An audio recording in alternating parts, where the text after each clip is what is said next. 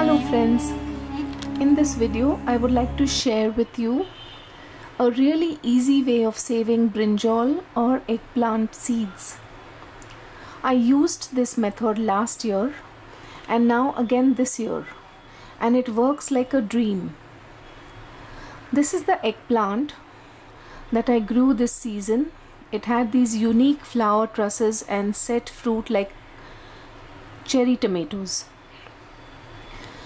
Now I wanted to save the seeds of this one, so I let the eggplants overripen actually on the plant, and when they turned a nice golden yellow, I harvested this brinjal and placed it in my black cherry tomato grow bag in a corner and lightly covered it with potting mix. Now this is important, not to bury the brinjal deep, or else the seeds will be lost inside the potting mix. This brinjal was placed far away from the tomato plant. The tomato plant was in front and this brinjal was behind in the grow bag.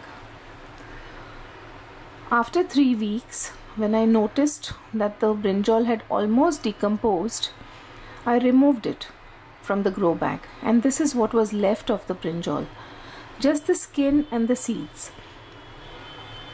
The pulp or the soft tissue of the brinjal was consumed by the microorganisms present in the soil. In other words, the vegetable got completely composted in the potting mix, leaving behind just the seeds. So there was no hassle of separating the pulp and the seeds.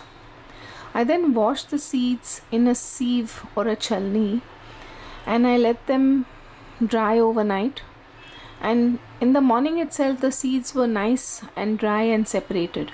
However, I will let them dry for another 2 days away from the sun in a shaded spot, and then finally I will store them either in a paper envelope or in a ziploc with a tissue inside to catch any moisture.